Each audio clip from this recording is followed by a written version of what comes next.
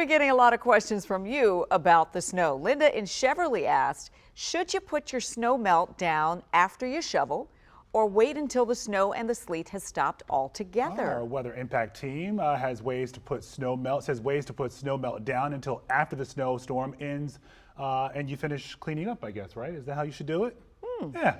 You know what? We are not the professionals Let's here. go to our We are out weather of our team. lane. Let's go to the weather team, huh? go. Meteorologist Caitlin McGrath is here to clear things up for us. Hi, Caitlin. Yeah, that's right. Topper and I do both agree that you should wait to put the ice melt down until you are totally done clearing. So let's talk about a few more tips and tricks to get through this storm, because it is going to be a big one to clean up from. And most important that we're going to talk about is that ice melt. But let's start with a list of things that you can do throughout the storm to make it go a little bit smoother. Topper and I say this with every snowstorm: shovel early and often. You do not want to wait until the end of this storm to get out there with your shovel or your snow blower. The light fluffy snow that falls at the onset is going to be super easy to push around to blow. If you wait until that sleet falls, it's going to become that much heavier, that much messier. So get out there throughout the day on Sunday. Trust me, it will be worth it. And especially with the earlier snow that we see, push it instead of lifting. Now, of course, you might have to lift it every once in a while, but when you can,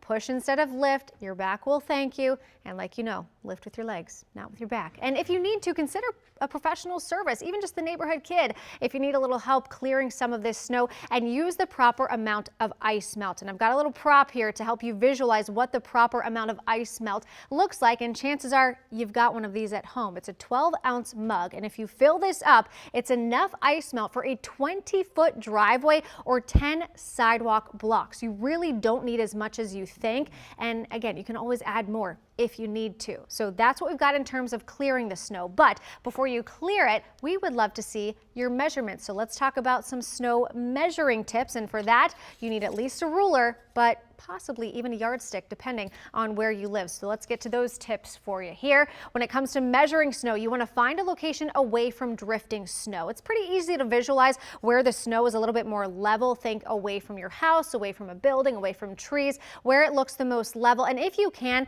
measure over a harder surface. Measuring over grass can sometimes skew the numbers. And you want to make sure you push that yardstick or your ruler straight into the snow. I do not want to see any what we call slant sticking, where you kind of move it to the back, move it to the front, where it sometimes shows the number being a little higher or lower than it actually is. And try and find a few measurements and calculate the average. I know that sounds like maybe a little bit more math than you're excited to do, but you'll see that every time you take a measurement, it's a little bit different. So finding that average is the best way to get a accurate measurement. And of course, send us your measurement. We would love to see how much snow falls in your area. You can post in social media, join our Weather Watchers Facebook group. We'd love to see how this storm shakes out in your neighborhood. All right, Caitlin, great advice. And of course, again, stay connected with us as